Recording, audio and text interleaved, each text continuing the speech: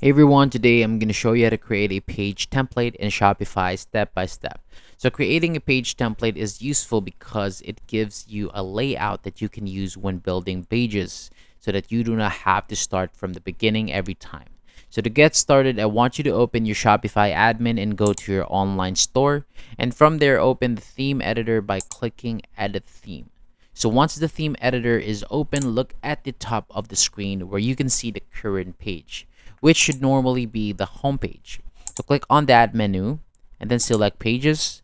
Next, choose create template and you'll now be asked to enter a name for the new template. You can type any name that makes it easy for you to recognize later, and you can also base the new template on the default page. So once everything is ready, click create template. After creating the template, you will be taken to the editor where you can start designing it.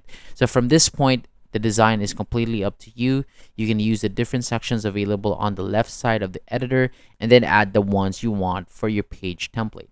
So arrange and customize the sections depending on the type of page that you are trying to create. And once you're happy with the layout, make sure to click save in the top right corner so that your new page template is saved. And that is how you can create a page template in Shopify step by step. Thank you so much for watching. For more videos like this, hit the subscribe button below and I'll see you on the next video.